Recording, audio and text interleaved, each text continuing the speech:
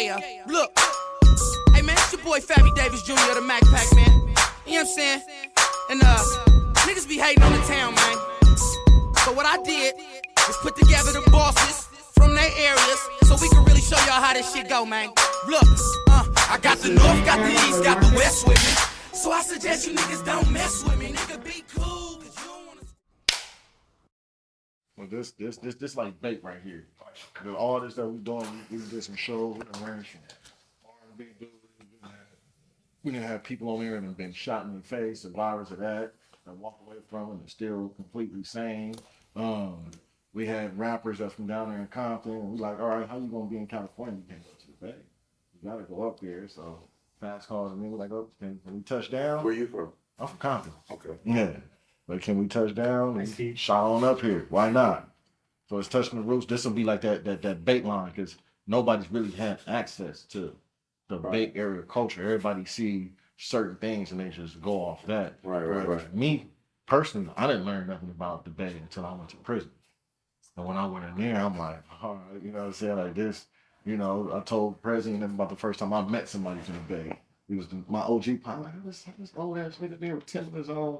You got his shades on and all this type of shit. You know what I'm saying? It's respectful. They educate you, and then it's a different vibe. You know, up here, y'all together. There's more organization compared to down there. Even if the look on his face is like, but it's true.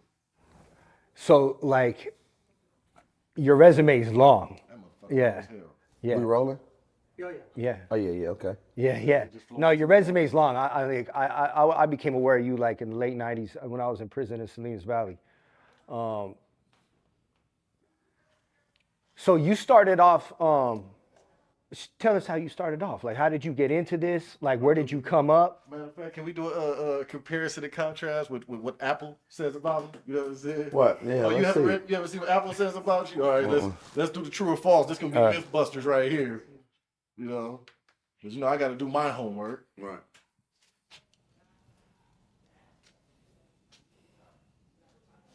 Okay. Here we go. About Mr. F.A.B, sometimes hailed as the crown prince of San Francisco Bay Area hyphy movement.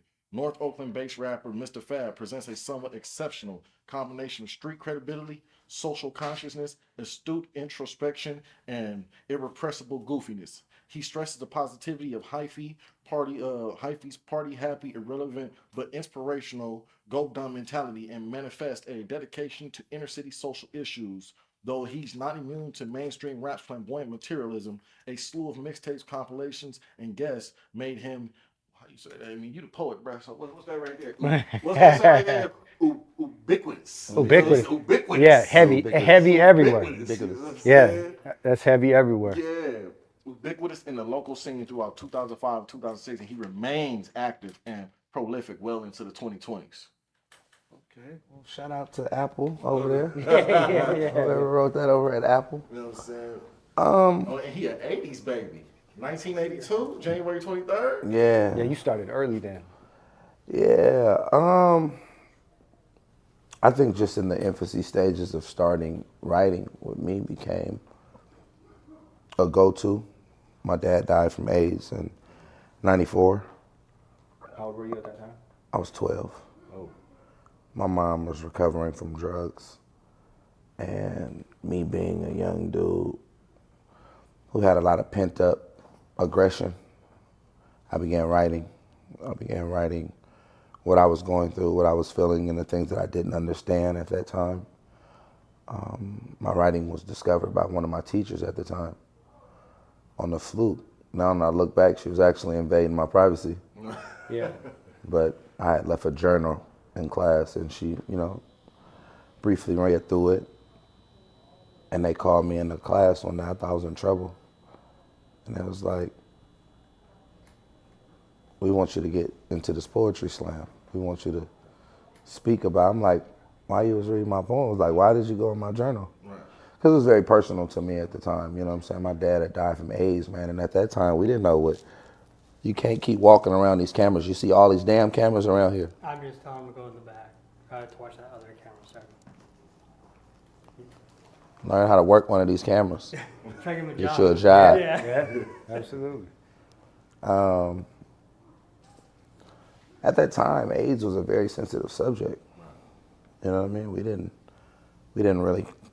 have it figured out yet. Like, people didn't know. And in the black community, it was always like, you got AIDS, you were either homosexual or you were, really that was it. Like, at that time, we didn't know what it was.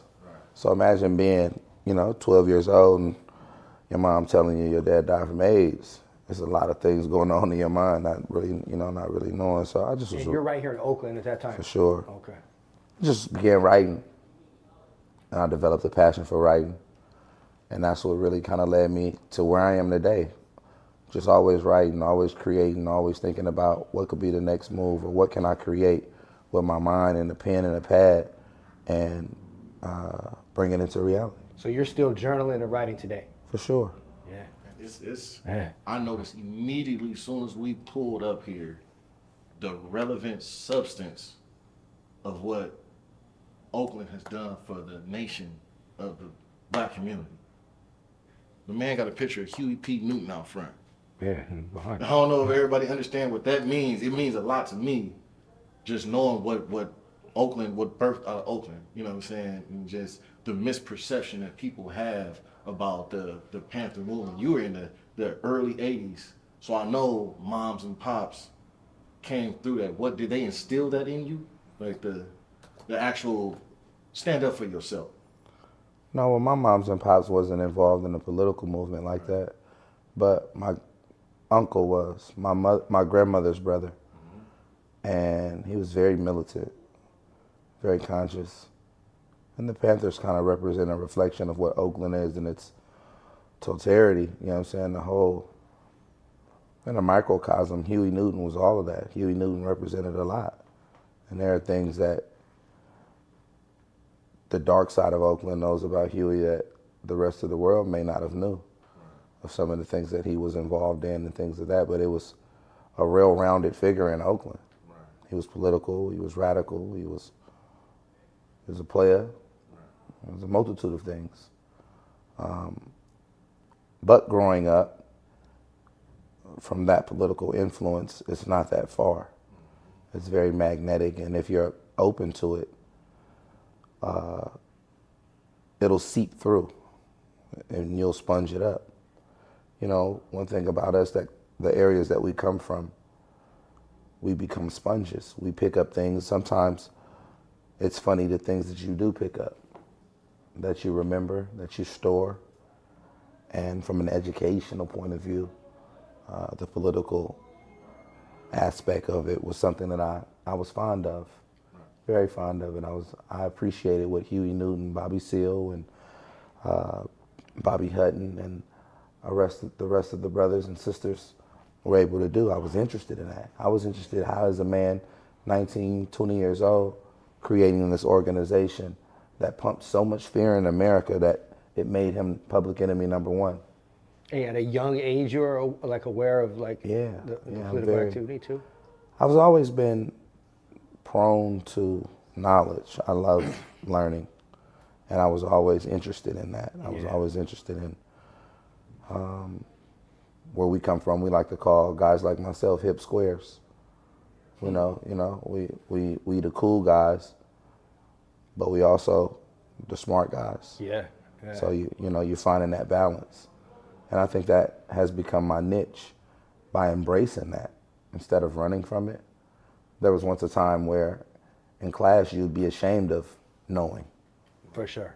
Yeah. You'd be ashamed of knowing all the answers, and you'll deliberately do things to disrupt the activity and the frequencies of, positive learning. But as you get older, you're embracive, and you take upon that role as a leader and a teacher and an organizer in the community, and that's the role that I've taken here. Yeah, I seen you had like the one of the 10 biggest organizations as a rapper. That's what they said? Yeah. Oh yeah, we do homework. Yeah, 10 rappers. Like you have like one of the biggest like philanthropic contributions. That's dope. Yeah. We've been doing it for like 2 decades. Hey, Jess. What are you guys doing? 2 decades in the community of just continuing to pour into In the infancy stages, that we would just, as you begin to go to new levels in life, you understand the languages of those levels. Because for every new level, there's a new language. In the prison, there's a language of communication. There are certain things that you can say, you can't say, and you learn that. I think you pick that up very quick, you know? Yeah. Just like it is out here. But as you begin to elevate in all different worlds, corporate world, structure, government world, political worlds, all of these different levels, you begin to learn the languages that are accompanied by these levels. When we first started doing philanthropy and the community philanthropic work, it was just we giving out backpacks. We doing backpack giveaways. Now, in 2023, it's community restoration. We're servicing underserved communities. We're going out and linking in with organizations that have the backing to help us do it bigger. When I was young, I was like, I don't want to do no 501(c). I don't want nobody to feel like I'm just doing this for a tax write-off, because I was midget-minded. And when you're midget-minded, you only see things prospectively to your bias of you. But when you get older, you realize that just as well as you want to help the community, there are other individuals that want to help in droves. But for them helping, they want to be able to write it off to protect themselves through taxes and things of that nature. But the main goal is to serve the community. As long as they get served? As long as they get served. Of, like, your regardless. intentions, yeah. If I'm linking with Pepsi, or if I'm linking with Red Bull, or if I'm linking with a retired U.S. seaman, Navy seaman who wants to do something for the community, and he has to give away a certain amount of money. There are corporations that have to give away a certain amount of money. Yeah. So they don't have to end up getting taxed on other money. Whatever it is, if you linking up with these people and they want to help out the community, whatever their purpose is, whatever. I don't care what y'all doing it for. At the end of the day, you're trying to give something to them. My main thing is we helping these people, we feeding these kids, we setting up a pipeline to eradicate the prison pipeline and create the college pipeline. We're able to give kids an opportunity that many of us didn't have. Travel, trade. Yeah. That's a beautiful thing. Yeah. So whatever their diabolical, twisted plot is, that's irrelevant to the point. The point is we just took 1,000 kids here, or we bought 100 laptops for some kids that used to have to go to public libraries, or you know what I'm saying, or you know what I mean? Yeah. That's what we own. What is the current state of Oakland right now from your viewing? Because you seem, I'm gonna be honest with you, you sound like the Killer Mike of the Bay right now. When he elaborating, you know your stuff. You just not somebody get up here just jaw jacking, popping their shit. You really like, no, this. What is the state? Where is the state of Oakland right now, and where do you see it growing? Where do you, a person that's lived here day one, you can tell you feel like you're at home. Man, let me hop up over here with the house shoes on real quick. Where do you feel, and where do you see it going? Well, that's relative, because we can talk about a lot of things of where the state is. It's just all depending on what area you're talking about. If we're talking about Oakland as a whole, as a collective, then we have to dig into the intricacies of what are we actually talking about? What infrastructure are we talking about? Are we talking about education? Are we talking about crime? Are we talking about businesses? Are we talking about gentrification? You know, for 12 miles, this city has a multitude of dynamics. Oakland is only 12 miles. But within those 12 miles... What do you mean, 12 miles? 12 miles big. Oakland's population of 440,000 people. It's a very small city. I didn't realize that. It's extremely small. It's crazy because what the media puts out Right. about Oakland, Right. how they blow it up. I don't know if the words they speak blow up your ears, and it blows the sights that you see blows up your eyes to make it seem like this place is about big as New York or Texas. Oakland is or a something. small metropolis, and it's crazy like that because tripped me out. you would think that Oakland was huge. When you be like, bro, you could get anywhere in Oakland in 20 minutes. That's insane. Oakland is only 12 miles. Oakland might be smaller than Compton. Oakland is damn near might be smaller than Compton. Compton is very small. Anything probably littler than my city is Watts. Like, so you're looking at that. So we talk about crime, Yeah, that's which is secondary reference. And in order to address the secondary, we must address the primary. We must talk about the systematic, and we must talk about systematic engineered programs that have had poverty the way that it is. And we have to talk about the effects of these things. What poverty produces. Poverty produces crime. Poverty produces frustration, financial attachment, and it makes people do things out of a knack of survival. So when we talk about the high flux of crime in the city, we have to talk about the primary. Why is it like that? Oakland is the number 4th most expensive place to live in the country. Yeah. This is the like number 4. I think San Francisco and Oakland, they kind of like partner them up together. So then you got like New York, LA, maybe. We're looking San Francisco, Oakland, like it's up there. It's top 5 most expensive places. looking at stuff on Zillow. We looking at the houses. It's insane. Yeah, it's crazy. How can you afford It's extremely gentrified. The gentrifying of it, black people only make up 11% of the city. But the crime that is being committed and most of the murders are being committed are primarily blacks. So super incrimination, high crime rate in our areas. But I don't like focusing on the negative. Right. So when you ask me what's the state of Oakland, I can easily point that out. Because unfortunately what rappers tend to do is make their city seem like it's the worst place on earth. Right. Yeah. You know. But this is a utopia. And in this utopia, there are so many different things on the flip side. It's a vast opportunity. Like what are some of the great things about Oakland? Some of the great things are that you have a person who can come from the city and own businesses right in the heart of their city. Yeah, I've seen that. I own a clothing store right here. I own a nightclub across the street. I own a museum down a few streets down. I own a couple nail shops. You have a museum? Yeah, an art museum that's going to be launching, which will be a part of, it's going to be a sub-campus for the school that we plan on launching. We have a school that will be launching hopefully October. Well, I'll start introducing classes like October, gearing up for the spring. And the school is more so like an academy. The academy to teach entrepreneurialism. It'll teach finance. It'll teach computer coding. Wow, when's that going to be up and running? It probably, like I say, the goal is within the next 16 months. How many That's artists do you know right now you can name off the top of your hand have schools? yeah. Kodak Black went and did it in Haiti. Nip did it in L.A. Shaq got one. I know LeBron got school. And then we looking at guys when we compare those names. You're looking at super millionaires. And that's what I'm saying. I'm You know? kind of afraid to ask you what the secret is. It's doing it, bro. Like it's doing it.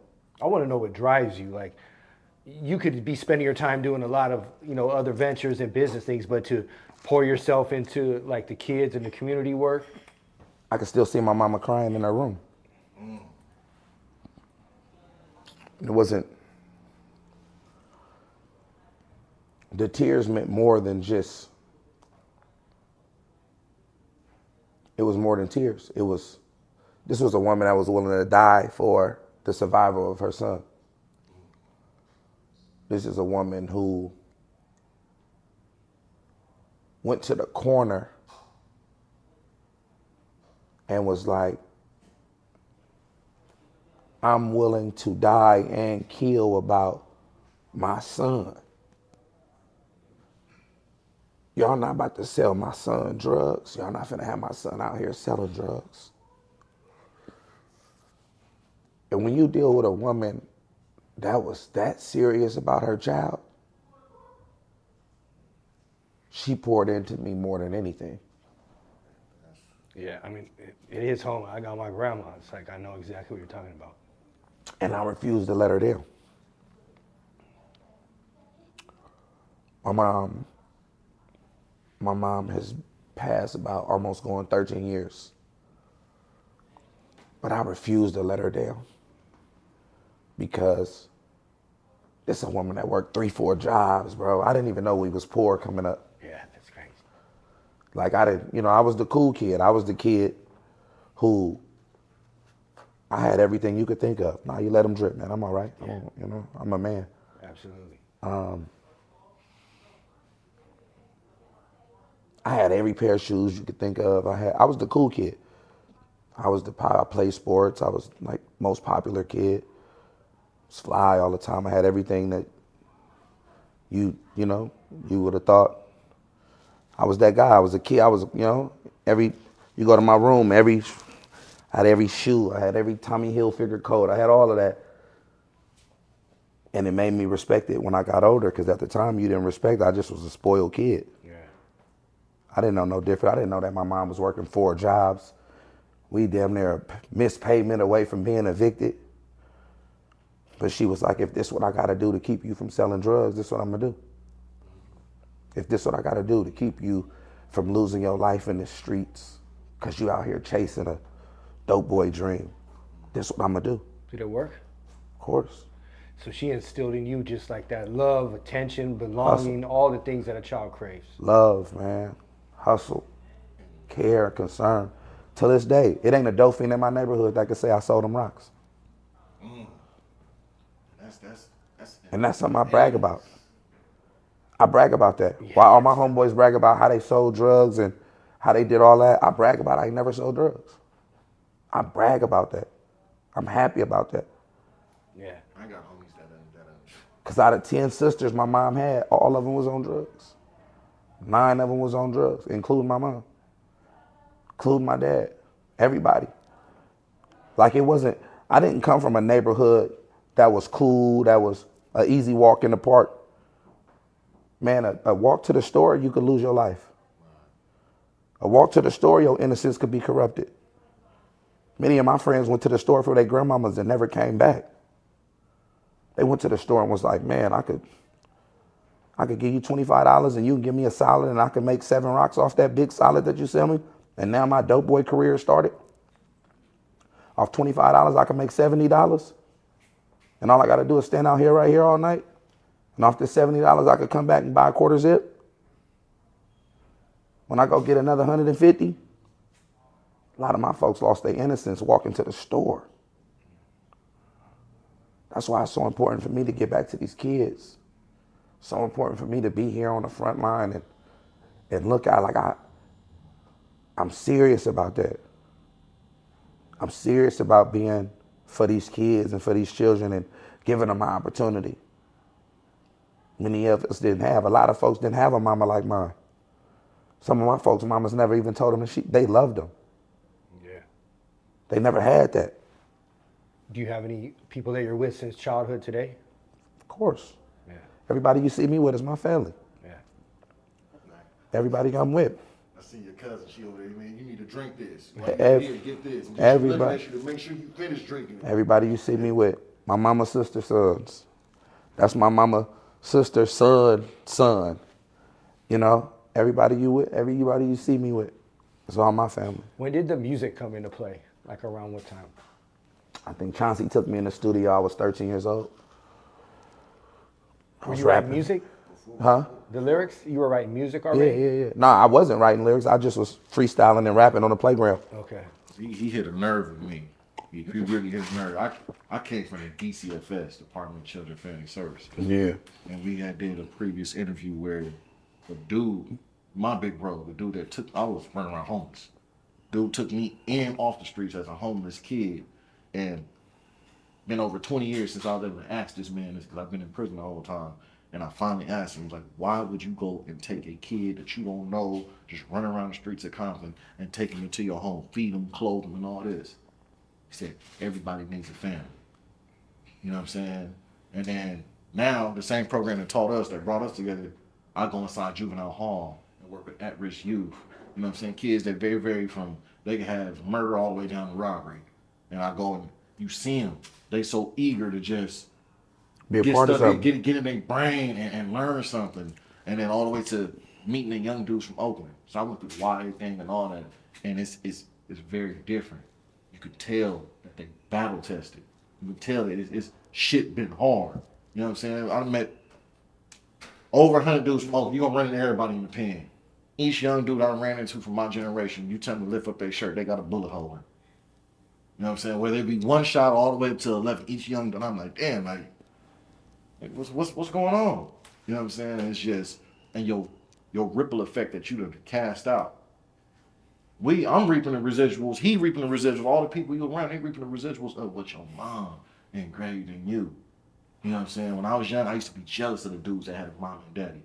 Like, man, you got everything. Why you acting like that? You know what I'm saying? Like, what's going on? Now, as I've grown older and got educated, I don't envy that. You know, I respect it. I love it. I use it as motivation. Like, all right, man, what you complaining for? Because if he did it, and she did it, and all them doing it, it's a success. All right. You know what I'm saying? That's you really just embody. You put it together, man. You know, the hero and the villain is the same person. They just respond to what they went through differently. The hero say, I ain't gonna never let nobody go through what I went through. And I'm gonna go out and go try to help everybody else that I see struggling on the precipice of what I went through. The villain say, I don't care about nobody. And I'm gonna make everybody feel what I went through. And you're gonna feel the same pain that I felt. Yeah, I've been both of those. And that's the journey. But the hero and the villain are the same person. We just recently linked in with the Department of Justice, and we're building a studio and running a music program in the juvenile hall systems out here. I linked in with the president, and that's set to launch in September. I'm running the program where we're going to be doing internships and a program for children that are incarcerated, but helping them become engineers, writers, rappers, just curating their talent and cultivating it. And the stipends that the government, the city, officials will be given will help provide life for them once they get out. A good, nice little check to do what they want to do if they finish the program. So it's all about just creating these ideas, man, and implementing them. And then I'm a firm believer in alignment. When you're on your proper path in life, you will be aligned. Things will fall in place. You know what I mean? But you have to be on your path. You have to be on that path, and then things will fall in line. People say it's God's timing. People say God. People say whatever it is, faith, fortune, whatever it may be. But the alignment, the alignment is you may be on your path, and you may be fine. You may run into someone who's like, listen, I did a lot of stuff in my lifetime, man. Now I want to help out. Or I've been having money my whole life, and I never did nothing, and I want to do something before I check up out of here. You start running into things like that happen. Random things. I always tell him, I'm saying, got to get it right because we're going to borrow time. For real. For real. And when you continue to do like just the next right thing, doors open up. They open, bro. Yeah. And it lets you know this is what I was supposed to be doing. Reassuring. This is what I was supposed to be doing. In etymology, it teaches you the words. Etymology is like the study of words and, roots and words. And you begin to realize that words too are related, like cousins. And certain words that look like each other, it's a high probability that they have the same meaning. So when you look at a word like religion and you look at a word like realignment, kind of looks like the same. And the whole sole purpose of religion is to realign. And as you realign, I see the connection. You know what I'm saying? With that connection, that realignment, some people just get caught in the religious part of it. Whether it's for goodness or corruption. It's a double-edged sword. But the main thing is to extract something that helps you realign with your purpose. Yeah, people go there for different reasons. Like I go there to center, to remember my path and my alignment. Yeah. Your alignment. And now once you're realigned and you're focused on your path, then the trajectory is clear.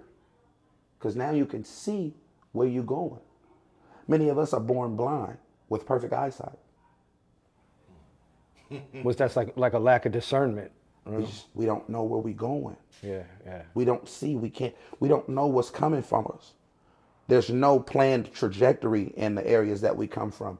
Because like I say, some of us don't have those caring mothers. Some of us don't have those dedicated fathers. Many people would have been sports stars if their daddies would have came to their games.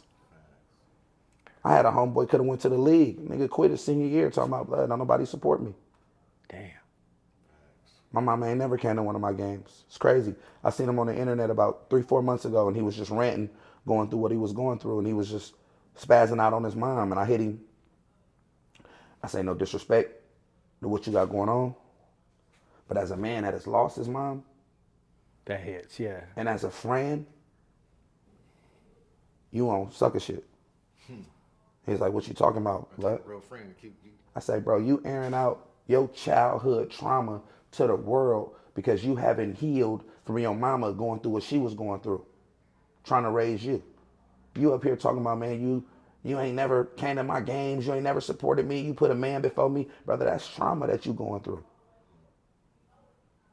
And instead of having a conversation with your mother, you letting the world know that you hurt.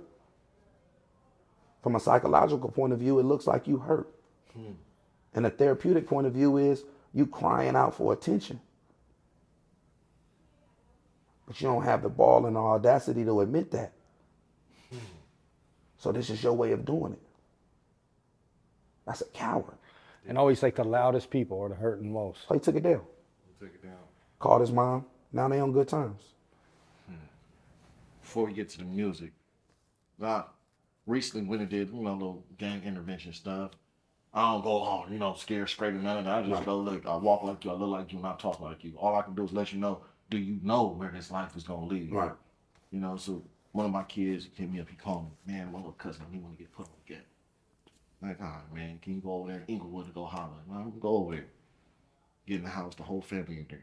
Grandma, dad, older brother, all this. And I'm like, man, you know what your cousin went through with this. You know what your family, your relatives went through in this. We get him on the phone. Tell him. Tell him what's with this life. Right. Tell him, ask him, you ready to kill somebody? Because that's what comes with this life. You ready to do this? Are you ready to get into it with your family behind one of your relatives if they tell on you? Because they could tell on you because they a civilian. You will no longer be a civilian. You under something else. And it hurt my soul so bad to be talking to this kid and you see it all just unfolding right there. You see it and you're like, look, your own family is letting you know. They already in jail. You got all these things. Your dad letting you know. For them to just be like, fuck you and everything you talking about. And I felt like I failed in that moment because it's like, damn, he out here in the streets. How do you feel because you got so much to give to him? How do you feel when they turn it away? Like, man, I don't care what you're talking about. You got to understand the magnetic and gravitational force that gang has. Gang is the only place where they feel like they can be themselves. Gang is the only organization that's not going to judge them. Gang is the only organization where they feel like when they look up, they see somebody that's going through the same thing that they're going through. This is their only place of acceptance. This is their only place of opportunity where they feel like this is the life for me. Gang had more influence than moms and pops. It's there. I can reach out and touch it. I'm touching it. This brother, I'm lonely. I went through some stuff. Nobody understand my pain. Brother do though. And that's a cold comparison and contrast that you just delivered because everybody thinks that, people outside LA don't feel this, don't go through this. Man, the whole world is ganging now, man. Oakland never had Bloods and Crips ever. Right. But in 2023, Oakland got the most gangs it's ever been. I spoke to a dude when I was in the shoe, not the trail off. Spoke to a dude that was in the shoe. He went through the Y. He's from Oakland. Real dude. He started one of the biggest gangs that's out here. And I'm talking to him, I'm like, big bruh, what made you go to Oakland and start a gang? And he said, man, my mom is from a gang out of LA. I went to YA and went through all that in there and seen the gang. So he seen it, he felt it, and he was down south, so he was outnumbered. So in his head, he said, I seen that, I seen what was going on with it, I wanted one for myself. So the dudes from my part of town, we got something to have. We got the groups and we got the numbers. And I said, damn, like that's... Yeah, that's what it is, man. The misuse of power, influence. Stan Lee said that Magneto and Professor X was Malcolm X and Martin Luther King. Damn, I didn't know Stanley said that. You serious? He wrote that. And T'Challa was Huey Newton. The X-Men were political characters. Stan Lee was like, I broke these characters off that. Little Spielberg over there in the green. This is Like, and he wrote those characters off that. And the hero and the villain concept, but corruption of power and misuses of power are the same thing.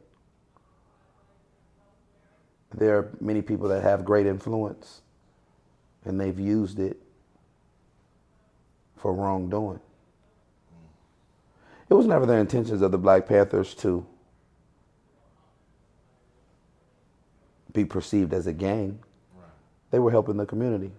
Right. They were feeding, they were teaching, they were protecting, they were patrolling, and they were setting an example of what a proper educational system and a unit could be. Unfortunately, somewhere along that line, which, once again, before we deal with the secondary, we must address the primary, they became a threat.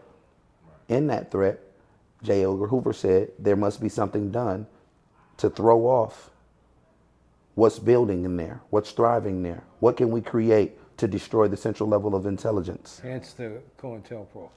Not only COINTELPRO, crack cocaine. It was crack or did Crack cocaine. Crack cocaine. The implosion of crack cocaine was flooded in all the communities that were highly populated with Black Panther chapters. If you look at all the communities that first received crack cocaine, they all had one thing in common. They had heavy Black Panther chapters. Oakland, Los Angeles, Philadelphia, Detroit, New York. Hey, when the crack hit, did it hit LA and Oakland like same time? All these areas? Simultaneously. And then I'm thinking That's about crazy.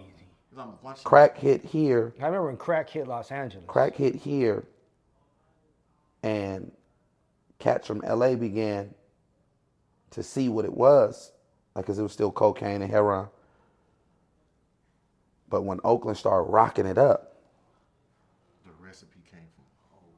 and they was like, oh, Wow, that's a crazy piece. and that's when it went crazy.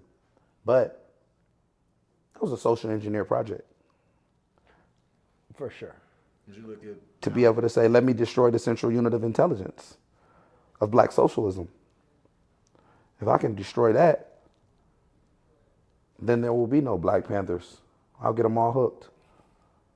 I'll get them all on drugs. Then it became a problem when outside communities were affected. I wonder if that was the plan for it to like ripple out. Of course that was the Definitely. plan. It's documented. Yeah. It's just like it's documented that the government said that they had something to do with Malcolm X being murdered. It's documented they said they've paid Martin Luther King's family.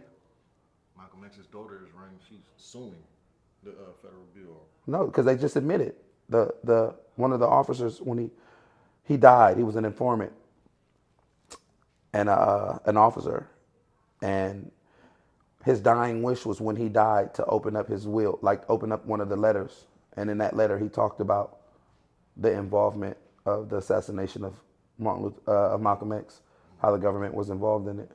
It went public like last year ago, about their involvement and the government's involvement and how it was a plot to blame the nation as if it was their fault. It's a lot of things like that, man. You know, you can never doubt the evilness that someone is willing to do. But that's corruption of power and the misuses of your power. In Watts, it says it's written in the book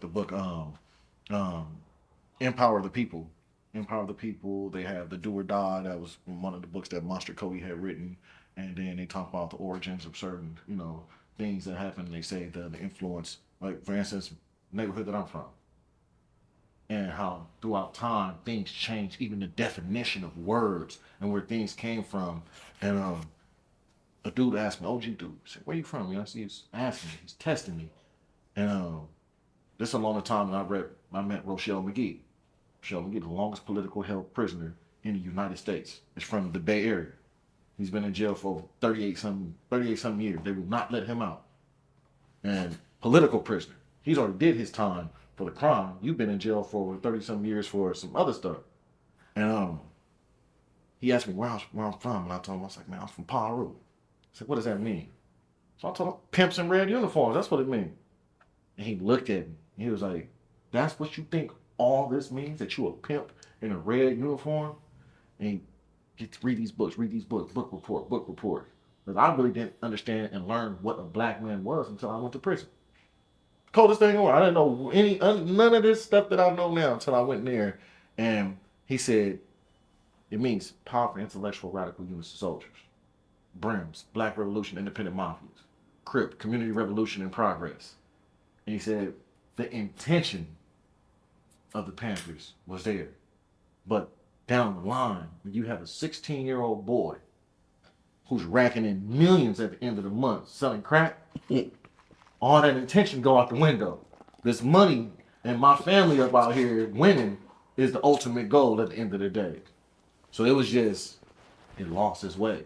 For sure, as we all do. And a community under siege by like just, you know, the crack that's being introduced, you know, the situation with the cops, like you're trying to survive the moment. Like, And you got to understand, them dudes was young. yeah. Huey Newton, 23 years old, 24 years old. He died at 38. I think he was like 39 when he died. 39. And within that time period, he became a lawyer, community activist. He was already a doctor. He was already a doctor as well? Dr. He Huey was a Newton. lawyer. Dr. Huey Newton. He had his doctorate. Yeah. You feel me? Dr. Huey P. Newton. Yeah. Like, you know what I'm saying? Got his doctorate from Santa Clara. Was it Santa Clara or Santa Cruz? One of them. This was a young dude, man. It's like Pac, bro. Pac was 25 years old. Yeah, it's Like, you know what I'm saying? You got all this power and influence, but that'll drive you crazy. Malcolm died 38, 39. Martin died 38, 39. Imagine if these dudes got a chance to live a little bit longer to really learn their power. In the Quran, it says that you don't really thoroughly become a man until you're 40. So imagine that. That touched that hit a Yeah. spot for me. So you know what I'm saying? So in the infancy stages of they fight, your intentions are always well. But if you wasn't groomed for the positions that you ascend to, it's a turbulent road. And most pilots can't fly through that turbulence. But were you? It don't seem like you were coming up from where you came out. I was groomed. Yeah. My mama sold all the dope you could think of. My mama was a real gangster who really came from the game. So is that your mom on the album cover? Yeah. Son of a pimp? Part two, my mom and my dad on the first one. I really come from the game. Like my mom really from the game. My daddy was really in the game. So I was groomed. I wasn't a kid who read about it in a notebook or read about it or seen somebody else doing it and went, no, I got it firsthand. Kitchen table education. I got it right there from the cradle. Yeah. In my cradle, I seen game cable. This is what the game is. You know what I'm saying? Yeah. I got it early. I got it honest. But a lot of kids, when they have that at that young age, they squander that, you know? Because your teachers, man, if your teachers ain't, sometimes your teachers will show you something, be like, this for you. And you looking at it like, oh yeah, this for me. But then your teachers will show you, they only give you one aspect of the game or one angle of it. My mama showed me all the angles of the game. And within that, your heart wasn't broken. You pick the game. Here go the dude that made the right decision. Here go the baller. Here go the drug dealer. Here go the dude that used to pimp. Here go the prostitute. Here go the stripper. Here go the hustler. Did she have any like specific dream for you? Like, or did she push you in a specific direction? It was my dream. She just wanted success. What do you want to do? Yeah. And whatever you want to do, I'm going to push that. She poured into me. Whatever I wanted to do, she supported. If I said, Mom, I want to be an astronaut, she'd say, all right, well, let's go to NASA. Yeah, dang. That's I want to go to play basketball. Well, I'm going to go do everything in the basketball. I had something that a lot of people in my apartment building didn't have. They didn't have that support from the person that they love the most. I mean, we want to go around and ask every young dude I've seen now. Matter of fact, what you want to be, little bro?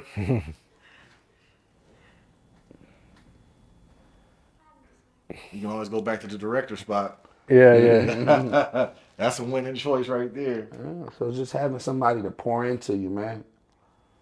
That's why I know they're important. That's why I pour into the children in my community.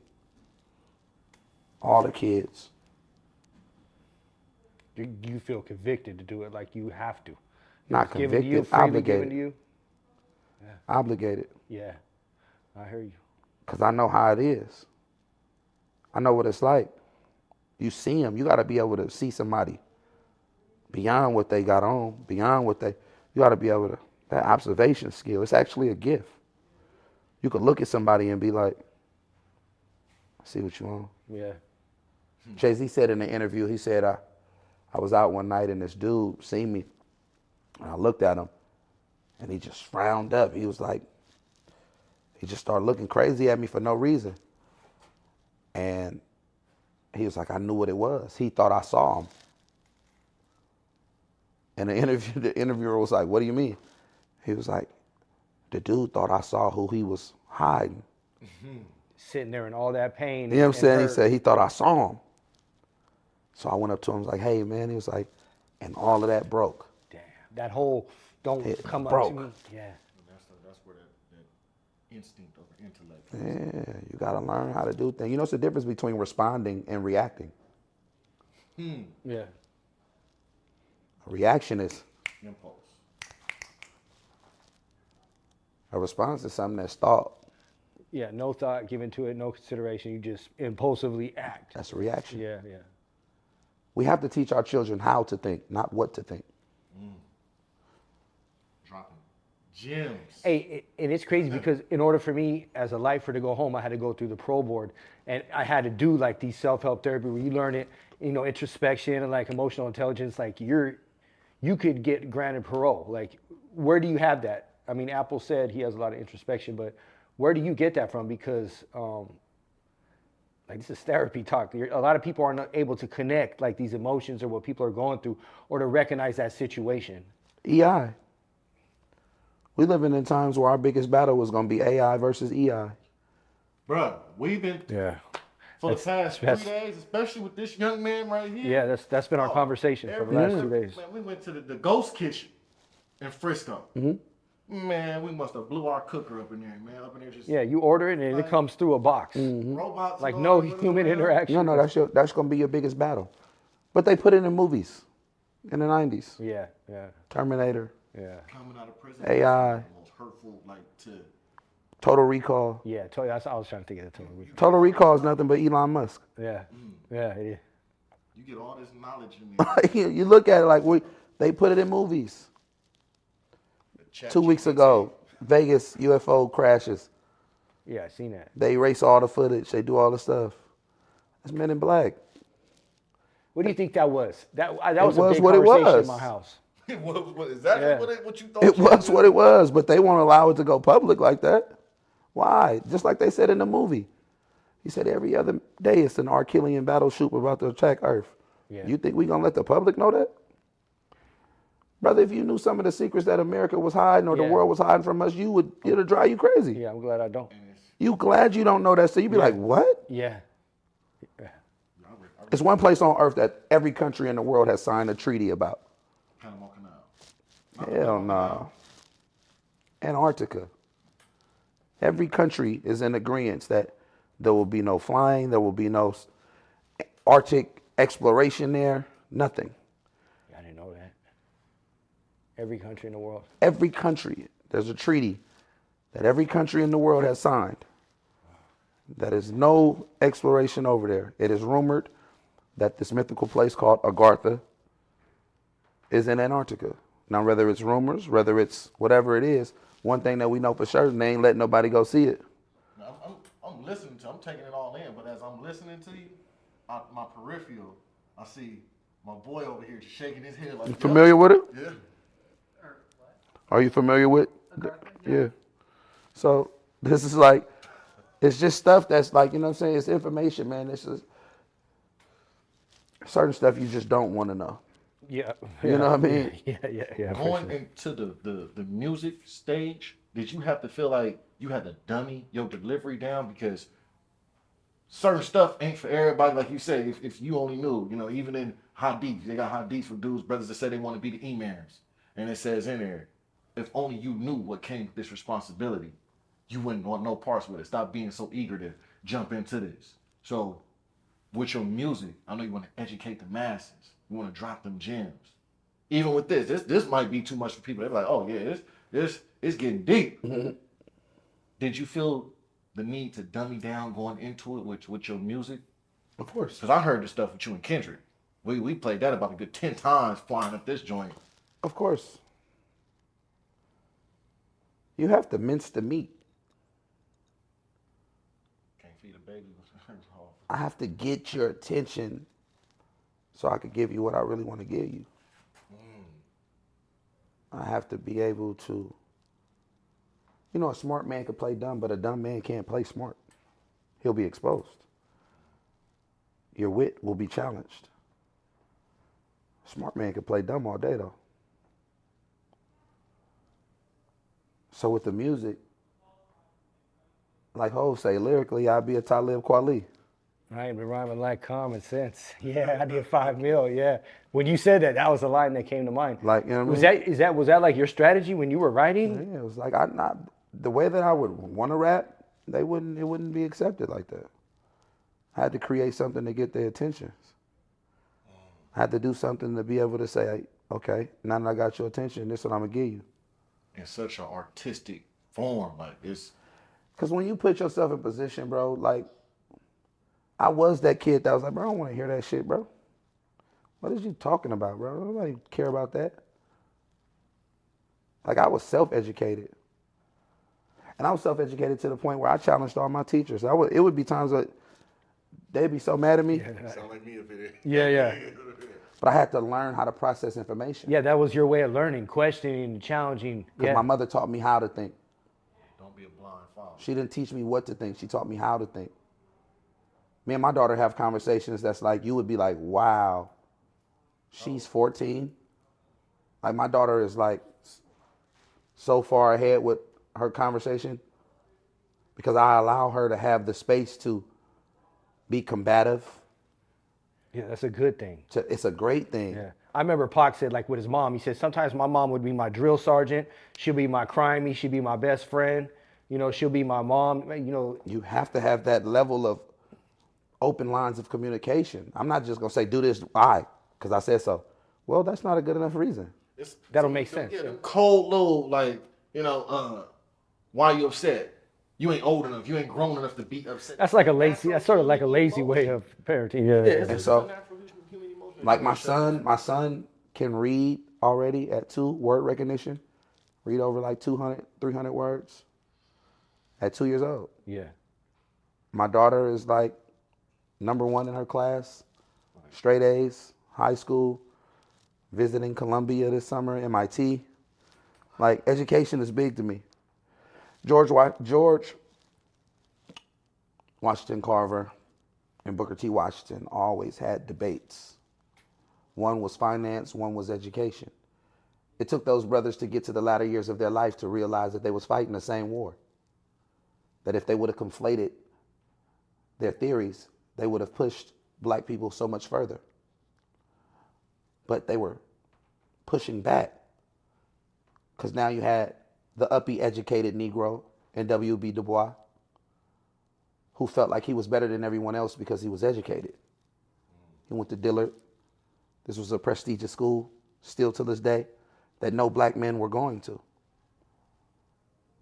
He was very educated, and he felt like since he was so educated, that made him elite. And the black elite became just as bad as the suppressive Southerners, the racist Southerners. Yeah. They were on the same thing. Then you had brothers that were saying, we need to get financial freedom. And they say, no, we need to get education.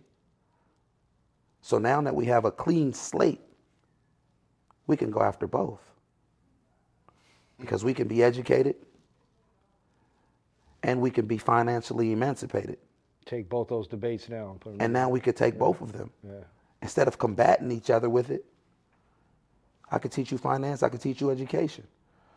Because knowledge without application is just information. Yeah. So you could read every book in here. But if you ain't getting no money, nobody give a fuck about that. We living in these times where kids say, man, you educated as hell.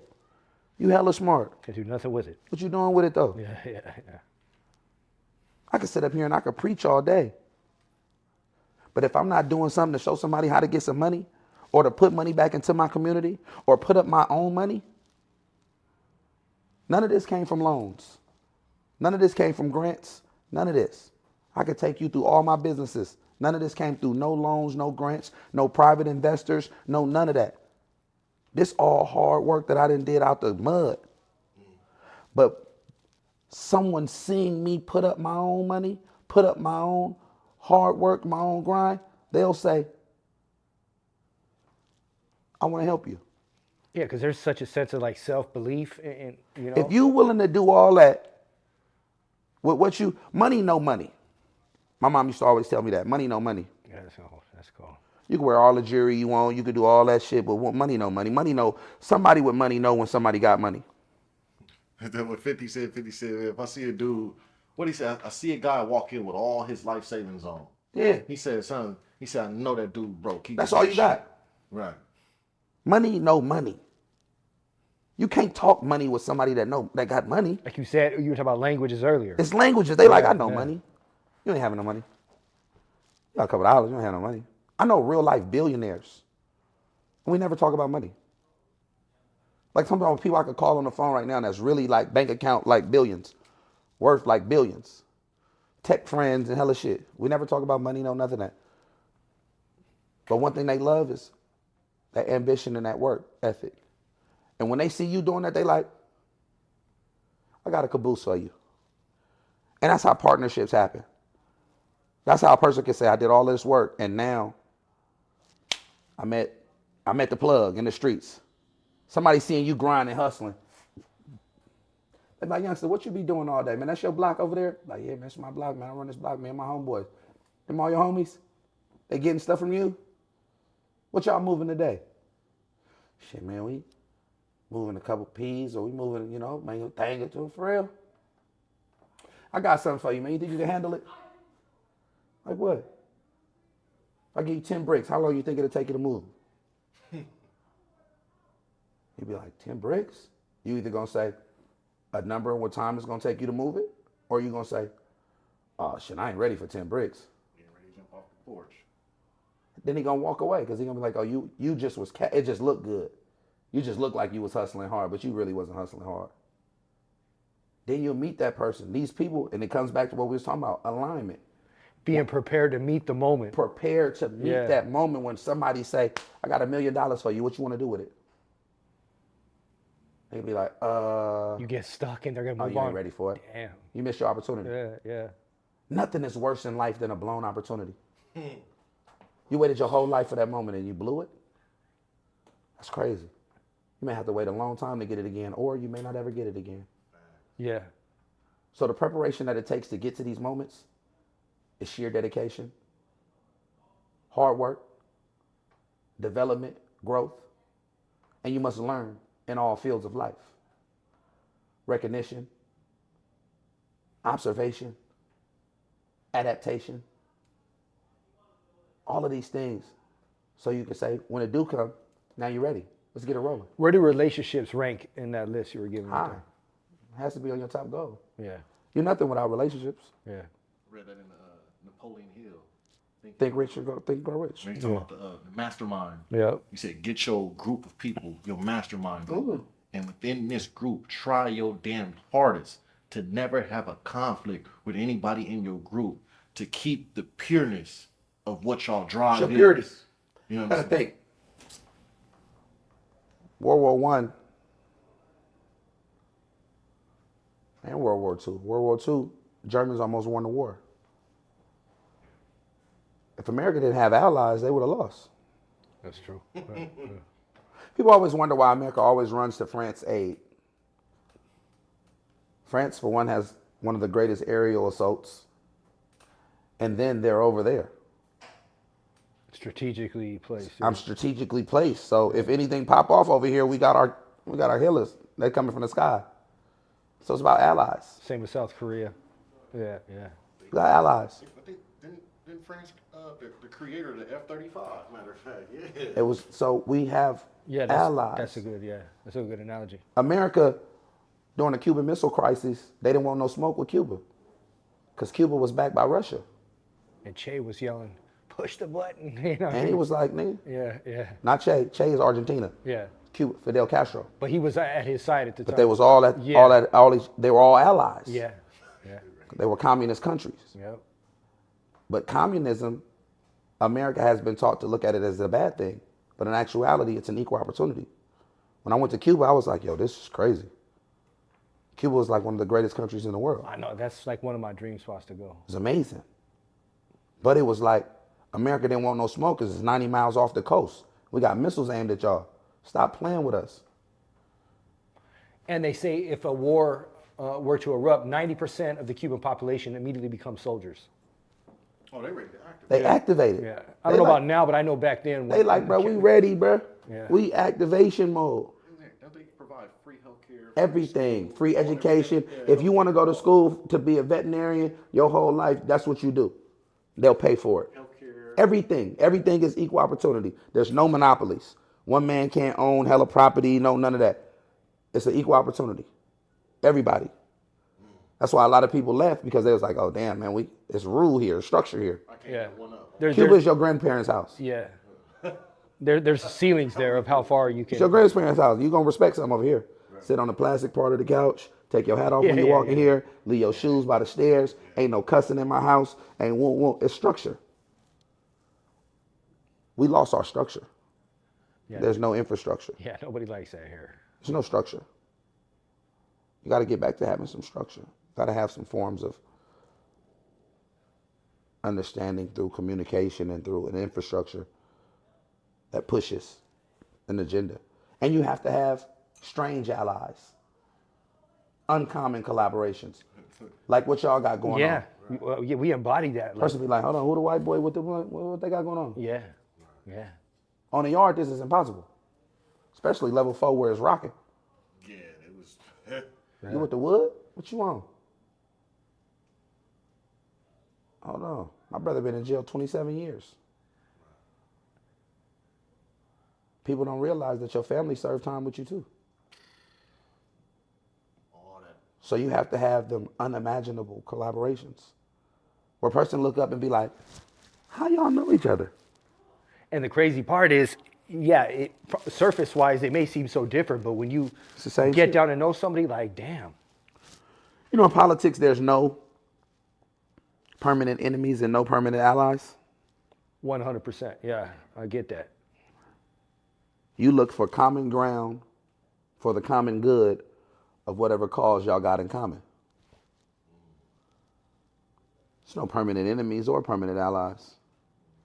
I may hate you.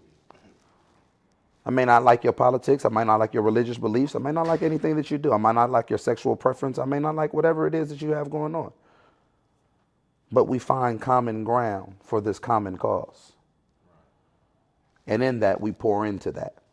And those unusual collaborations are what changes the world. Somebody look back and be like, blood, how the hell did Diddy get the one?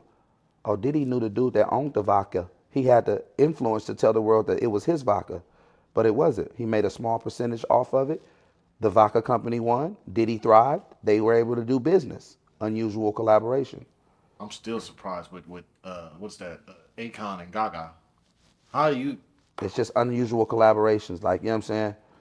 Jay-Z owned 1.something% of the Nets, but it was enough to tell the world that I own the Nets. It was also enough to petition to get the Nets to come to Brooklyn, his hometown. Off 1%. Off 1%. His influence was that strong. He was able to sell his percentage for millions of dollars, more than what he invested. He was able to maintain a store inside of that arena, create jobs inside of his home city, and leave that to go into starting a sports franchise, Roc Nation Sports. Yeah. because it was a conflict of interest with him being an owner of a team and running a sports agency. He couldn't be in the locker rooms and all that. Have you ever met Hov? Of course. What's it like? I love Hov. You know they have the thing out there. That it was a meme going around. You know, weird ass Charleston White. Would you rather take the money Or meet with Hov? Meet with Hov. Would you, if you didn't have any of this, would you rather took the money or sat down with Hov? I take the money. You know, the dude. So it's The reason why is because even Hov would tell you, you had a conversation with me about lucrative possibilities, about no money back. opulent avenues, and you chose to have this conversation with me instead of going to go get the opulent avenue. There's nothing that I can tell you that can go get you that money tomorrow. What I might tell you might take you 10, 15 years to get. And that 10, 15 years, if you properly use this money, me and you'll be doing business anyway. Damn. What's that called? Reference to you? Coulda? Coulda, like, you know what I'm saying, finna do. Yeah, finna? Yeah, Yeah, I don't what want I'm to finna no finna do. You know what I'm saying? I'm not finna pass up on that opportunity. I'm gonna take this, I'm putting myself in position, and we'll do business one day. You know? I met Hov, and he was like, man, I know who you are. It's good enough for me. I love Hov. I got pictures of Hov all around. Yeah, that's Here, He's like one of my favorite rappers. at the house. I just love what Hov represents. You got a taste for art. Oh yeah, man, I love art, man. This is very narcissistic, though. Some of this narcissistic. Yeah, the crown. A lot of this stuff. But this is fanfare art. A lot of people come bring me art and stuff Ain't like no that. different from an Instagram page. Yeah, you know what I mean? yeah, you gotta love you. The Snoop Dogg weed created artwork. That's the dope. portrait. That's awesome. That's dope. Snoop did an in-store here, man. A fan brought that for him. Came out and did an in-store. It was super dope, man. When we opened up this location, Snoop came in and it was super dope. So what was your first? I will want to ask you, like, man, do you remember your first 16 bars? I don't remember my 16 bars from yesterday. What was your first major song that shook the back? That first one where it's like you heard yourself. It was that moment like Super sick with it. The Heartbreaks and the Temptations when they was in their sleep and they heard the music. They're like, oh, you on the radio? Super sick with it. Super sick with it. It's Me Turf Talk and E40. It kind of shaped the way that music was being made at that time. Right. Sonically. E40 son did the beat, Droopy. It was a weird collaboration because at that time, the labels that we were on weren't seeing eye to eye. Yeah. Thiz and Sick With It. You would have never saw those two people collab. It was like imagine in the height of the East Coast West Coast beef, right. Bad Boy and Death Row doing a song together. Yeah. None, it wasn't to that level of. Yeah, but if you knew, you knew. Yeah. If you knew the underlies before you knew. Yeah. Regardless if anyone will admit it or not. So it was an unusual collaboration. What was some of your best collabs? That's relative. Because it's all about perspective. Something that might have been best to me may have been mediocre to someone else. Yeah. Well, some of my favorite. So yes, some of the ones that pop up. Life of the Party with Snoop Dogg. Yeah, that was hard. I love that record just based off the energy that it created. And you go everywhere with your music. It's not just you got conscious. Yeah, I do all kind of you stuff. Got the slaps. You touching everything. You got all right. We want to hit, then we gonna hit. You know, you got something for the ladies. My music is a reflection of Oakland.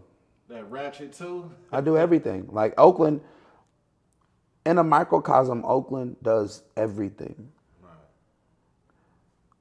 You could catch somebody from Oakland and you'll see somebody from Oakland anywhere. Like I wouldn't be surprised if when, we die, somebody at the gate in heaven from Oakland.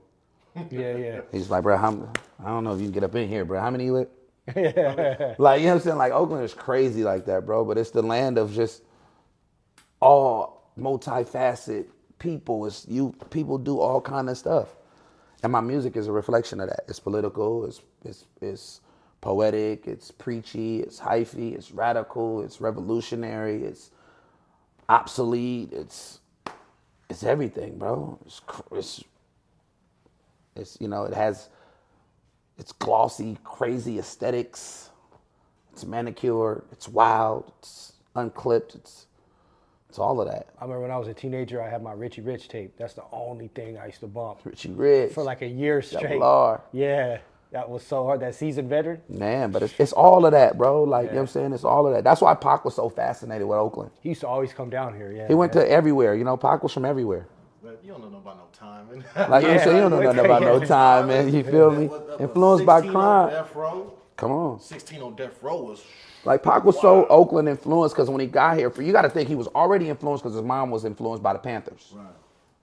way on the East Coast, and so he had already had a love from the origin of his mother's influence, the Panthers. Right. So when he got here, he got a chance to be in the epicenter of where it's at. And then Marin influenced him a lot. So he like, oh shit, I'm right here. So when you in Marin, like going to Oakland is still a journey. You like, we finna go to Oakland? Oh shit, this crazy. So now you going to Oakland, now you flooded with this culture, you flooded with this game and all the, you see the players, you see the cars, you see niggas hopping out, hey, what's happening? Well, you like, oh, the light, like you fall in love instantly. You like, yo, this is crazy. Yeah. Like that shit, you Oakland niggas is crazy. And then it's like, you start feeling, like this ain't no way this the same place that created Huey, that created MC Hammer, that created Too Short, that created Lil D, that created Felix Mitchell. That bounce to it. It's just, it's something different. And now you just look at it and you're like, damn. And that's what Oakland represent, man. Yeah, no, like we were talking about it on the way up, like you feel it, like just the history. I've seen it from a distance through the music, through videos and TV. So just to come here, Your mind automatically creates a history. Yeah. If you went and looked, if you know about the Panthers, you know about Asada Shakur and that. Because I thought Asada Shakur was Tupac's mama, just A lot because of she had people a Shakur last name. And then Speaking I of Cuba. read, you know, Yeah, exactly. yeah. And I went and read, and I'm like, all right.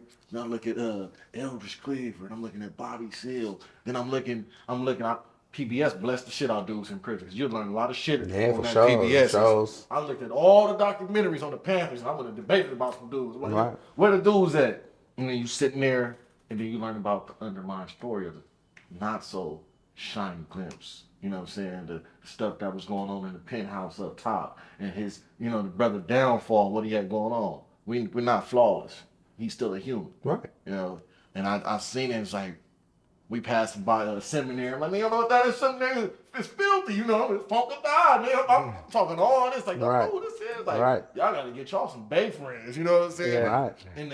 And that's why I said that prison thing was a gift and a curse, because I was able to get around, my people, you know what I'm saying, in a whole nother aspect. And y'all out here, who y'all are, it's like, either you like us or you don't like us. But at the end of the day, police used to be complaining because they two most hated people that they like. They said, we can't stand them Bay Areas and them blood dudes. Yeah, they saying that's why. They don't give a fuck. And a lot of people think that Bay Areas is Bloods because like the Bloods and the Bay, they always link in with each other. Like, what's up with Blood? Like that's Bay talk. Like, you know what I'm saying? Yeah, yeah. It's crazy. And I got a book coming out, and I talk about how prison is a college for criminals. Biggest university on. And it's a great university because Yeah. you can learn a lot of stuff. And it's just like going away from boarding school, going away from school. But I talk about it how some of the most brilliant minds are in prison. And that if they would have had somebody to cultivate their genius, they'd be running the world. When somebody one time gave me a quote, they said it's not the four walls, but what's within the four walls that define the room.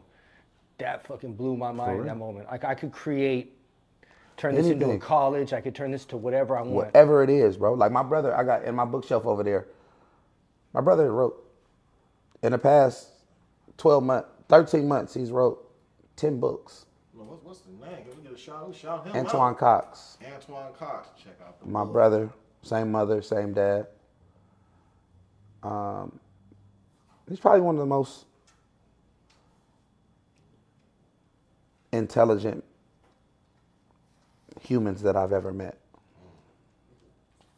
You done been around some people. He's very intelligent. Right. But decision, man, and judgment. You know, a good decision don't make you a good person, and a bad decision don't make you a bad person. It just leaves your judgment up for question.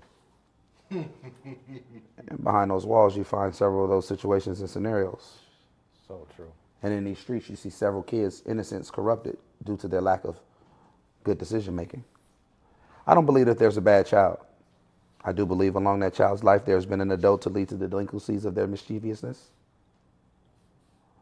And as that mischievousness grows, it goes to law breaking. And now they get conformed to criminology. Yeah, you get indoctrinated. That's that access. See, you giving people, that's what makes this unique. They get to have a personal experience with Mr. F.A.B. For sure. They can listen to the music, but then when people hear you speak, they're like, oh, okay, he's providing us with this. You like, man, if you want to party, I'm gonna give you this. Yeah. If you want to get on him conscious stuff, I'm gonna give you the Because you don't want to be too much of one thing. Like anything too much of something will make you an addict. Like if I'm too preachy, they don't want to hear that shit. Right. You too partying, they don't want to hear that shit. How do you balance that though? It's just life, bro. Duality. I'm very embracive to my duality. I don't know y'all from a can of paint. I don't mind crying in front of y'all. I'm secure with who I am. Yeah. So I'll show you that side. I don't know who gonna see this. But I don't. They can say, "Oh, that man was up there was crying." Yeah, that lets you know can you're human. Yeah, that's not a real live emotion. Life hasn't desensitized him yet. Right. You know what I'm saying? Life hasn't put him in the box where he can't show that. Yeah. You know how many people are void of emotion? Right. But then they wonder why they go crazy. Men are only able to show two emotions. Anger, frustration. Yeah. That's the only emotion that I was ever comfortable showing for like the 30 years of my life. Able to show that because that's accepted. Now watch this twist. And that emotion that we're able to show, anger, jealousy, those are the things that lead to the reason why 90% of murders are committed by men. The emotions that we aren't able to show, 100%. vulnerability, depression, sensitivity, emotional distance, we have to keep those in. That's the reason why 85% of suicides are committed by men. So in the emotions that we're allowed to show, we kill others. And the ones that we aren't allowed to show, we kill ourselves. Yeah, we suppress it. Yeah. That's why it's imperative that we speak about emotional intelligence and we create curriculums to help us identify it, recognize it, and create solutions. I have a vault coming up next month. It's a class called Thug Therapy, Teaching, Healing, Uniting, and Guiding for Men. Damn, I love that. Man. I love to write that down. I love that. You redefine it just like Pop redefined it.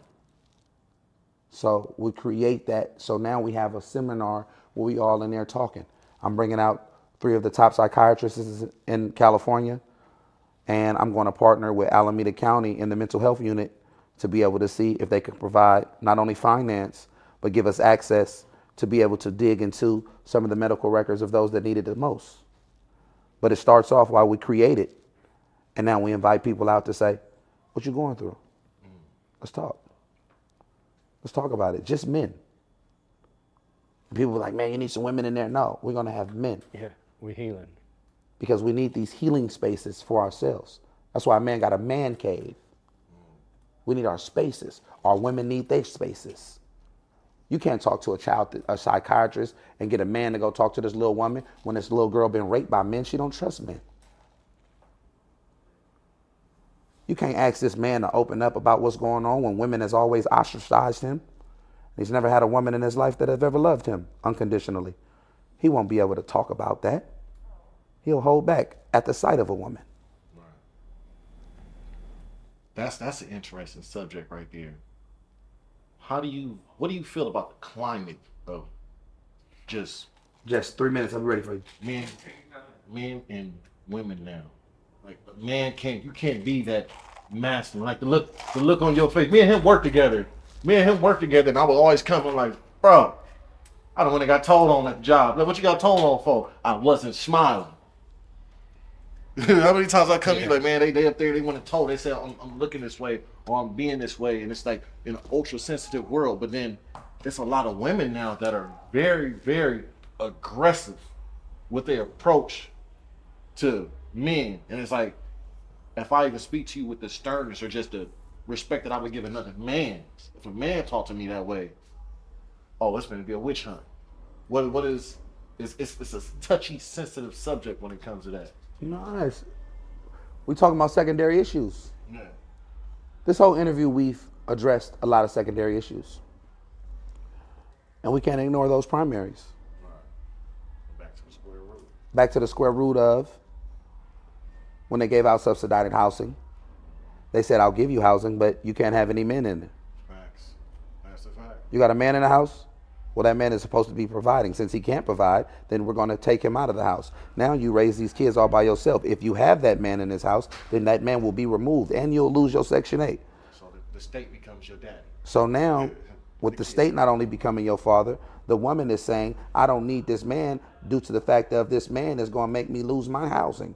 And if this man comes in here and loses my housing, then I'll be stuck and I'll be homeless. So as she grows and she continues to live in this housing by herself, free of a man, she begins to make decisions thinking like a man.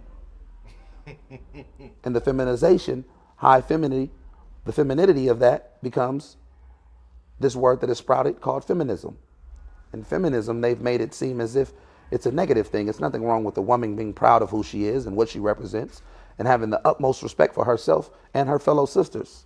But toxic feminism is when you have that and you have no respect for the man.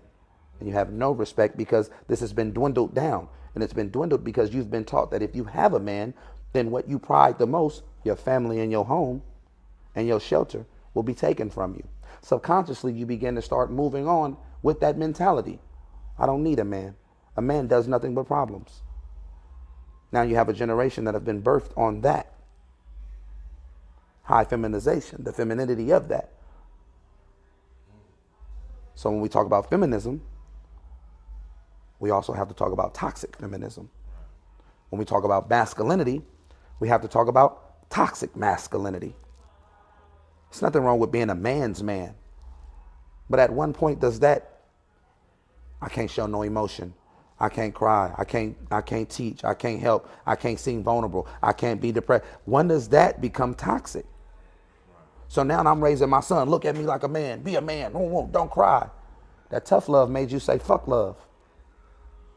Love not supposed to hurt. That tough love made you look at your daddy like, nigga, that nigga beat me, blood. One day I'm going to test that. I had a C, blood. That nigga beat me, blood. I missed school. Nigga came in my game. I played a bad game, blood. Nigga put me on punishment, blood. It make you look at him like, nigga, you hate authority. Now anything that has an authoritative reference or figure, like you running from it or you challenging it. Yeah. You challenging it. Next nigga put their hands on me, I'm killing them, cuz, on my mama. Yeah. All primary issues that get ignored. They don't talk about this in psychology. They don't talk about this in classes. They don't talk about this in urban strategy. Address the root, not the symptom.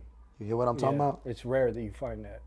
So now when we have platforms that are unadulteratedly free and we can speak on these, when these released to the world, now people can find research of what they find. Because there's nothing that we're talking about that hasn't been talked about. It just hasn't been provided to the public and a level where they have access to it.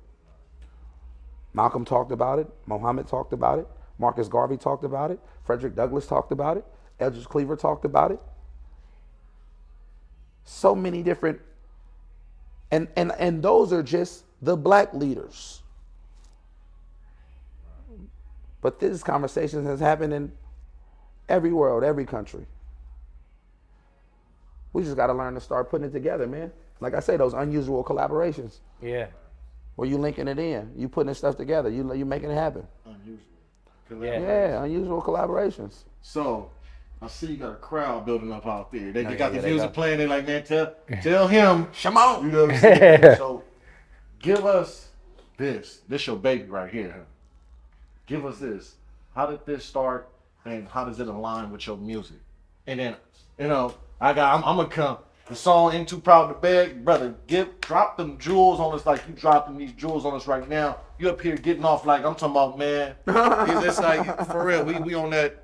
It's Dope Era, man. West Coast meets Nas. You know what I'm saying? Like it's in there. Dope Era. So Dope Era, developing opportunity for people to evolve, and everyone rises above. I took a negative construct and turned it into something positive. I asked myself that. Sorry, I asked myself, man, how the fuck he got a store named Dope Era in Oakland, and they came and said, nah, we ain't Flipped it on its ear. Just because you switched the narrative. The narrative of Dope Era was when we grew up, it was something negative. But when you realize it really wasn't negative. Everything was dope in our era except for the dope. Yeah. Black-owned stores, it was family, communities was playing together, kids all networked with each other. We played sports together, we laughed, we walked, we caught buses together, we talked, we went to school together, we went to communities that wasn't worried about, the integration. There was no separation or segregation. We was all one community. Yeah. We all had love for each other. Your neighbor could beat your ass. You feel me? You can go to your neighbor's house, go spend the night, ask your cousin, man, let me spend the night. Nowadays, let me tell you, I don't want nobody in my house. ain't nobody coming over here. Even Lil Durk said it. Lil Durk said the other day, he said, my best friend ain't never been to my house. Period. That's crazy. He said, best friend, we've been best friends for years. His own best friend does not go to his house. It'd be crazy. Zero like that. trust in the world. So we turned around. We flipped the narrative. We flipped what was negative, the Dope Era. And then we said, man, this is what we're doing. We develop an opportunity. And when you develop opportunity, people evolve. If I give you an opportunity, that's going to give you a place to do something different. In that difference, you begin to evolve. You begin to see the root of your errors, and you go back and you replant your seeds. And the replenishing of your seeds, now you have a beautiful harvest that is set to fruit. Absolutely. What's the word called? What's the word called? Affirmation? Affirmations. Yeah, like positive We affirmation. was talking to Crazy about the Do Better song. And it's like every time people hear that song, it's an affirmation. Right. It's telling you what not to do. Right. You know what I'm saying? And then you add the beat to, that beat, the drums. Yeah. It's gonna play in the chords. Then you have this. Everybody walking out this store is walking out with an affirmation. Yeah, you doing something different, man. And you right here in the heart of it. Right. Yeah, you can feel it. You can feel.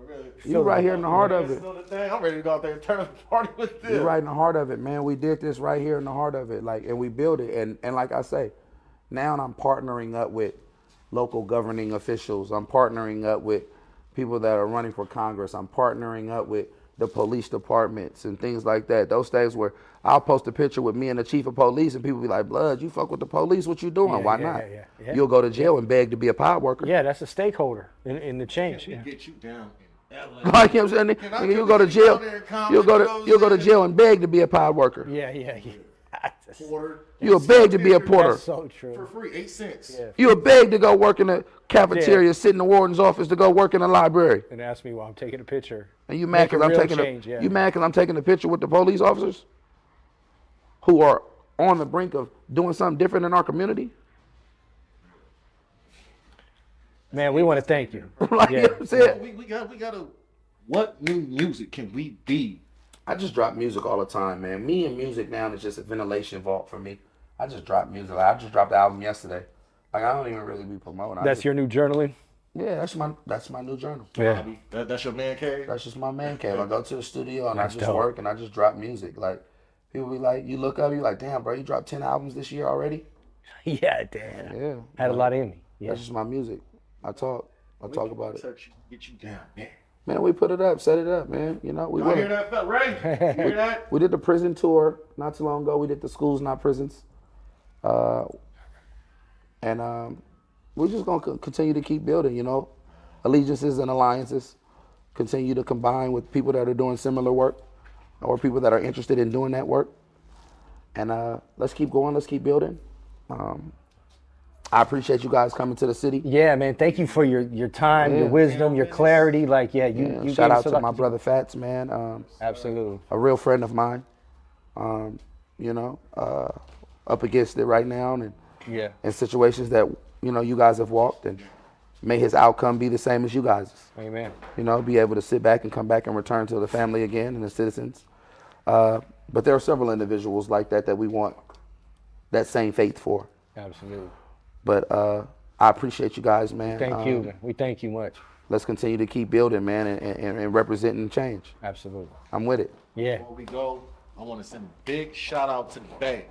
The Bay in its totality, especially right here, just walking around, because people had a misperception of, oh, this, that, the other, this, that, the other. Y'all know the saying, real nigga gonna go where he gonna go, and he gonna get that respect, and it's gonna be returned. You know what I'm saying? And for the people that don't like the N-word, don't take it like that. You know what I'm saying? Read between the lines, Jack. Thanks to Oakland, thanks to the people out here, all the delicious food we had, whoever made them lamb chops. Where y'all at? Factz said somebody, I don't know what it was. Fire. Man, Lamb chops, all that. That garlic shrimp noodle, boy, listen. Boy. Bussin'. You know what I'm saying? Fat sister cook her ass off. Man. Yeah. We get down, man. Auntie Brenda, everybody get down, man, on the thing. Hey, Ray, man, thank y'all so much. Strangest Fruit. I love the concept of that. You know, a white person wrote that song? Yeah, the Jewish guy, the Jewish poem. guy. Yeah, it's amazing. Real quick before we tell you what happened when you got off the elevator. Oh no, I was in San Ramon, I think. We were coming to San Francisco like about a month ago, and I had the Strangest Fruit sweatshirt. And it was like a white lady, and you could tell her husband was a black man. They were older. Right. And she waited till he got off the elevator. She was like, that is not good. And I was like, wait, let me tell you. Like, I wanted to break down like the concept and the podcast over, but yeah, she took off. Quick. Yeah. But like you said, it was that It was a poem. Jewish guy. He wrote it for Billie Holiday Absolutely. in the 30s. And they had a secret friendship. Like, it wasn't supposed to be a line, but a lot of people thought Billie Holiday was a white woman. She was very fair-skinned, and she began performing it, and they would tell her they actually banned her from a lot of places from performing that record, and they told her she couldn't perform it until the day she Kanye died. ended up remixing You know, she till the day she died. Even before Kanye was able to remix it, Nina Simone actually repopularized it. So Nina Simone wrote that record, and after she did that, she did another record called Mississippi Goddamn. Maya Angelou did a poem that mentioned it, but Nina Simone did it, and she was very heavy in Negroid features, so she wasn't the most prettiest woman at the time when she did it, and so she wasn't received by the masses of music, and music changed. But when Nina Simone did it, it was crazy. She said after she performed that record, her voice broke. And she went through a mental breakdown. She like went crazy. I didn't know that part. And it was a protest record too. It was a protest record. It was Yeah, huge. which- It was a crazy record. When you listen to that record now, you like, whoa, that shit is crazy. Yeah. Like, He just mic dropped the shit out of nah, it's super dope, man. But I love it, man. he I mic love the dropped history shit of out things, it. man. Strangest Fruit, man. I love the concept. I like the title of that, and I like the unusual collaboration, man. And I wish you guys nothing but continued success and continue moving forward, man. Thank y'all for visiting our city. Thank you. Any day. Yes, sir. For yes, sure. sir. My man. Indeed. Appreciate you. Great thing. My man. Icy. For sure. Y'all Shout have a out good to one. everybody. And we out. All right. Thank you, All right. man. That was an amazing conversation. For sure, for sure. Yep. It's all good.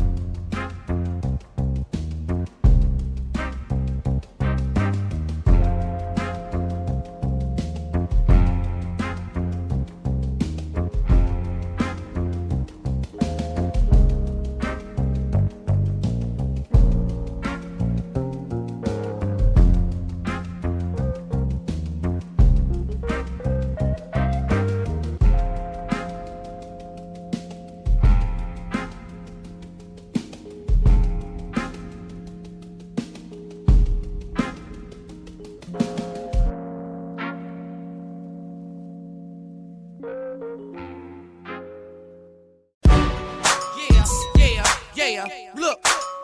Hey man, it's your boy F.A.B Jr. the Mac Pack, man. You know what I'm saying? And niggas be hating on the town, man. So what I did was put together the bosses from their areas so we can really show y'all how this shit go, man. Look, I got the north, got the east, got the west with me. So I suggest you niggas don't mess with me, nigga, be cool.